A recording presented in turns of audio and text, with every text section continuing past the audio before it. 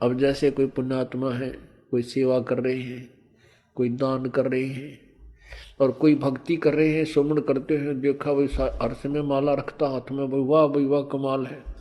पुण्यात्मा, ये वाह शब्द है ना, ये केवल परमात्मा के लिए ही हो सकता है, जीव के लिए नहीं होना चाहिए। जैसे वाहेगुरु, वाहेगुरु का शब्द नानक साहब जी ने परमात्मा के लिए बोला था। वाह का पात्र केवल एक ही है। यदि हम दूसरे की वाह करते हैं और उसको में वाह समा रही है, उसको वाह से वो फूलने लग गया है, उसका विनाश होना प्रारंभ हो चुका है। उस श्रद्धालु का यदि कोई दान करता है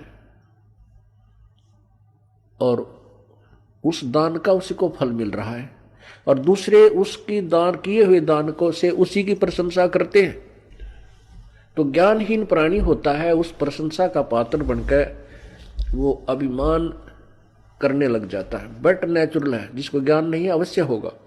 कोई सेवा अच्छी करता है, शारीरिक सेवा करता है, दूसरे ने कहे वाह भाई या बहन या भाई, ये तो भाई दिन रात इस नगर सेवा में अपना शरीर गाल रखे है, तो कुछ दिनों में उसके अंदर भी यह बीमारी होएगी और वो उसके नाश का कारण बनता है। कोई सेवा करता है तो अपने लिए कर रहा है, हम उसकी प्रशंसा करते हैं, उसके तरफ आकर्षित होते हैं, तो महाराज जैसा बुद्धू नहीं, वो भक्त नहीं है, उसको ज्ञान नहीं है। कहते हैं गुरु को तजय भजय जो आना, तापसुआ को फोकट ज्ञाना। क्योंकि हम जिसकी प्रशंसा कर रहे हैं, हम उसके ऊपर आसक्त है बाई हुक एंड क्रुक, तो हम परमात्मा से हटकर उसकी तरफ आकर्षित हुए हैं, तो यह भी कमजोरी है।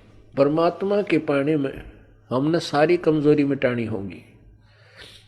एक बूढ़ा आदमी डॉक्टर जी के पास गया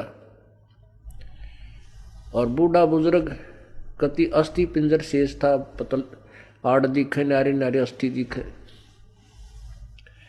अब डॉक्टर जी ने देख लिया भाई ये तो बीमारी क्या है कि कमजोर आदमी है, कति शारीरिक वीकनेस घनी है इसमें। तो बूढ़े आदमी ने, उस वृद्ध ने कहा डॉक्टर जी मैं तो कुछ देर चलता हूं ना, मेरा दम फूलने लग जाता है, सांस चढ़ जाए। डॉक्टर बोला भाई महाराज बुजुर्ग कमजोरी है आपको, आपका शरीर कमजोर हो गया। फिर कहता है गुरु डॉक्टर जी मैं खड़ा होता हूँ, चक्कर आवे हैं। डॉक्टर बोला बूढ़ा कमजोरी है। फिर बोला जी पिंडी बढ़के हैं, यानी पिंडलियों में दर्द हो जाता है। डॉक्टर बोला कमजोरी है। अब बूढ़े को गुस्सा आ गया,